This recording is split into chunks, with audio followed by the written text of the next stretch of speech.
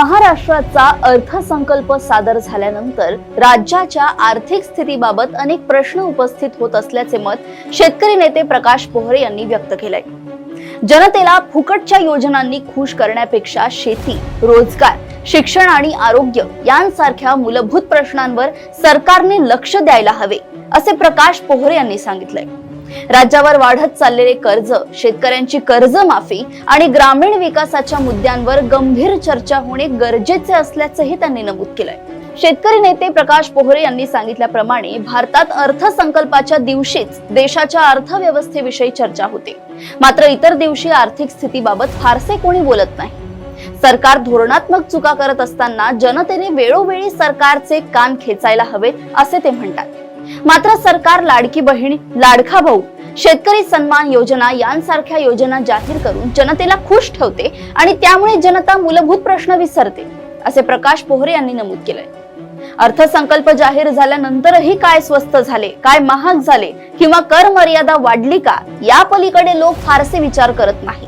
जनतेला पायाभूत सुविधा, राहण्यासाठी घर, दर्जेदार शिक्षण आणि उत्तम आरोग्य सेवा अपेक्षित असतात, मात्र त्याऐवजी लहान सहान योजना राबवून राज्याची आर्थिक घडी बिघडत असल्याचे ते सांगतात।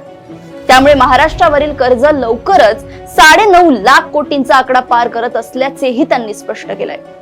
जनता सरकारकडून आपल्या हिताची कामे होतील अशी अपेक्षा ठेवते, मात्र गेल्या काही वर्षात या अपेक्षेला तडा गेलाय।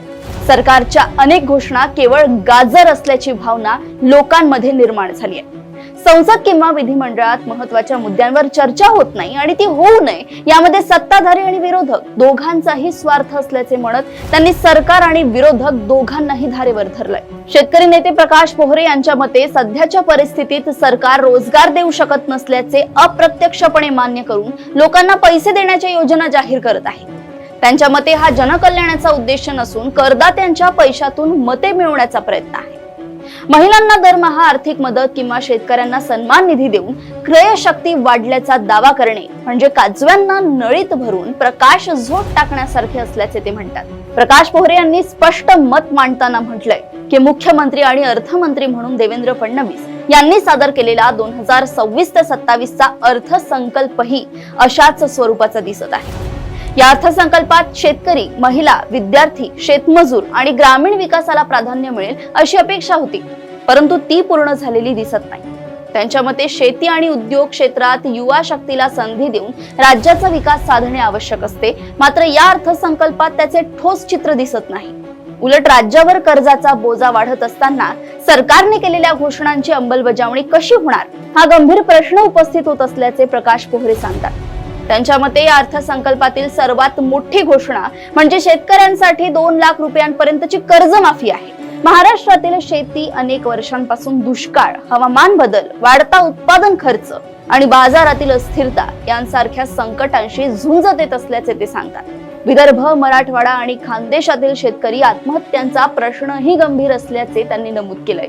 प्रकाश पोहरे यांनी स्पष्ट केलंय की कर्जमाफी तात्पुरता दिलासा होऊ शकते, परंतु शेतकऱ्यांच्या मूळ समस्या कायम राहतात। त्यांच्या मते शेतमालाला हमी भाव, स्वामीनाथन आयोगाच्या शिफारशींची अंमलबजावणी, शेतीतील गुंतवणूक, जैविक शेतीला प्रोत्साहन आणि पाणी वीज उपलब्धता हे खरे उपाय आहेत। प्रकाश पोहरे यांनी सांगितल्याप्रमाणे 2007 साली तत्कालीन पंतप्रधान मनमोहन सिंग यांच्याकडे पाठपुरावा करून मोठी कर्जमाफी मिळवण्यात आली होती, मात्र कर्जमाफी हा कायमस्वरूपी उपाय नाही। शेतकऱ्यांना कर्ज घ्यावेच लागू नये अशी व्यवस्था निर्माण करणे हा खरा उपाय असल्याचे ते म्हणतात। त्यांच्या मते निवडणुकीच्या वेळी 7/12 कोरा करण्याचे आश्वासन देण्यात आले होते, त्यामुळे कर्जमाफी ही राजकीय दृष्ट्या आकर्षक घोषणा असली तरी शेतकऱ्यांचे सर्व प्रश्न त्यातून सुटतील असे मानणे चुकीचे ठरेल। सरकारने जाहीर केलेल्या अटींमुळे अनेक शेतकरी कर्जमाफीपासून वंचित राहू शकतात, त्यामुळे शेतकऱ्यांमध्ये संभ्रम निर्माण होण्याची शक्यता असल्याचे ते म्हणाले आहेत। मार्च 2025 पर्यंत राज्यातील एकूण कृषी कर्ज सुमारे 1,77,000 कोटी रुपये झालंय। उत्पादन खर्च, बाजारपेठेतील अस्थिरता, पाण्याची कमतरता आणि तंत्रज्ञानाचा अभाव या प्रश्नांवर उपाय करणारी धोरणे आवश्यक असल्याचे मत त्यांनी व्यक्त केलंय। शेतकऱ्यांना पूर्णपणे कर्जमुक्त करण्यासाठी आयात निर्यात धोरण बदलणे, शेतकऱ्यांना 24 तास वीज व पाणी देणे आणि सर्व पिकांना मजबूत आधारभाव देणे आवश्यक आहे। सरकारने नैसर्गिक शेतीला प्रोत्साहन द्यावे आणि शेतकऱ्यांना थेट आर्थिक मदत द्यावी। तसेच अन्न पदार्थ विक्री वेळी नैसर्गिक आणि अनैसर्गिक अशी माहिती देणारा कायदा करावा, अशी ही मागणी प्रकाश पोहरे यांनी मांडली आहे.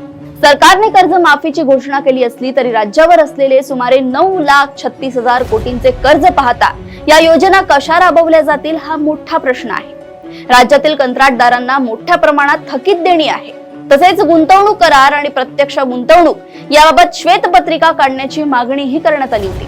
मात्र सरकारने त्यावर भाष्य केले नाही. शहरांमध्ये विकास वेगाने होत असला तरी ग्रामीण भागात मूलभूत सुविधांची कमतरता कायम आहे. ग्रामीण शहरी दरी कमी करण्यासाठी ग्रामीण विकासाला प्राधान्य देणे आवश्यक असल्याचे सांगत प्रकाश पोहरेंनी अनेक महत्त्वाच्या गोष्टींवर प्रकाश टाकलाय. महाराष्ट्राला 2047 पर्यंत $5 ट्रिलियन अर्थव्यवस्था बनवण्याचे लक्ष्य जाहीर करण्यात आले असले तरी त्यासाठी ठोस उपाय आवश्यक आहे. शेवटी सामान्य माणूस अर्थव्यवस्थेचे मूल्यमापन आपल्या कुटुंबाच्या परिस्थितीवरून करतो. त्यामुळे लोकांना फुकटच्या आमिषांपेक्षा वास्तव परिस्थिती समजावून सांगणारा आणि त्यांना पुढे नेणारा नेता आवश्यक असल्याचे मत प्रकाश पोहरे यांनी व्यक्त केलंय. शेतकरी नेते प्रकाश पोहरे यांनी मांडलेल्या या मुद्द्यांमधून महाराष्ट्राच्या अर्थसंकल्पाबाबत अनेक गंभीर प्रश्न समोर येत असल्याचं दिसून येत आहे.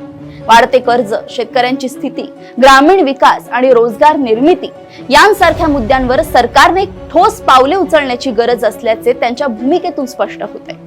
याच मुद्द्यांवर पुढे काय घडते आणि सरकार या प्रश्नांना कसे उत्तर देते हे पाहणे आता महत्त्वाचं ठरणार आहे. अशाच घडामोडी व अपडेट्स मी ऐश्वर्या आपल्यापर्यंत घेऊन येत राहील. तोपर्यंत बघत रहा देशोन्नती. नमस्कार.